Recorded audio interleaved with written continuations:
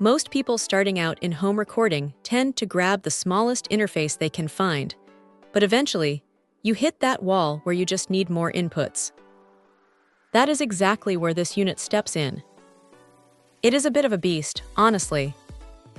When you pull it out of the box, it feels surprisingly solid for the price point, with a metal chassis that doesn't feel like it's going to fall apart if you bump it against a rack mount. It is not exactly a portable device you toss in a backpack for a coffee shop session, but for a permanent desk setup, it sits there like it owns the place. What really catches your attention is the sheer amount of connectivity packed into the back. You have got your ADAT and SPDIF ports, which means if you ever decide to expand your setup with more preamps later on, you are not forced to buy a whole new interface. That is a huge win for anyone trying to build a studio on a budget.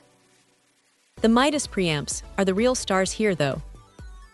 They have this clean, transparent quality that you usually don't find at this price.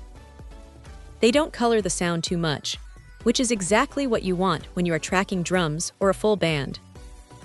Now here is the thing about the software side of things. It plays nice with just about every major DAW out there, whether you are a Pro Tools loyalist or someone who prefers the workflow of Ableton or Cubase. It just works, which is a relief because nobody wants to spend their afternoon fighting with drivers. That said, it is not perfect. The knobs on the front have a bit of a plastic feel to them, and they are spaced pretty close together.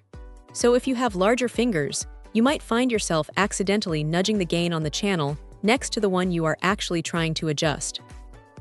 It is a minor quirk, but it is there.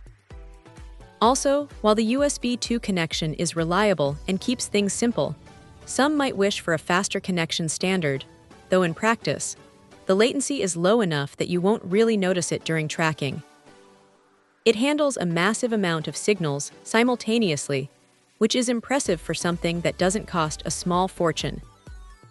If you're looking to move beyond a simple 2-channel setup and want something that can handle a full drum kit or a small ensemble without breaking the bank, this is a serious contender.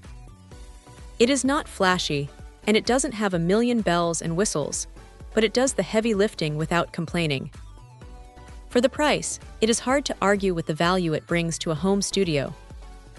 It is a workhorse, plain and simple, and sometimes that is exactly what you need to get the job done. Check out the video description for updated price. And thank you for watching this video.